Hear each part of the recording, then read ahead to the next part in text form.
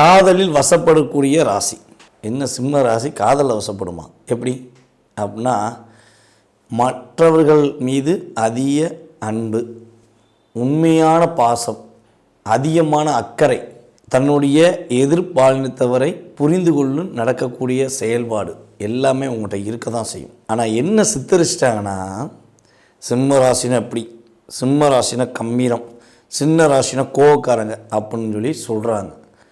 உண்மைதான், கோபம் உள்ள இடத்துல தான் குணம் இருக்குங்கிறத புரிஞ்சுக்கிட்டவங்க இதை சொல்ல மாட்டாங்க. அப்போ உங்களை கோவக்காரன், நீ கோவக்காரி, சிம்மராசினா கோவக்காரி, சிம்மராசினா கோவக்காரன் அப்படின்னு சொன்னாங்கன்னா உங்களை புரிந்து கொள்ளாத நபர்கள் உங்களை விட்டு வெளியேறாங்கன்னு அர்த்தம். உண்மையிலேயே தான். ஏன்னா நீங்கள் பர்ஃபெக்டாக கரெக்டான முறையில், நேர்மையான முறையில், உண்மையான செயல்பாடுகளை நேசிக்கக்கூடிய ஆற்றல் கொண்டவங்க தான் நீங்கள்.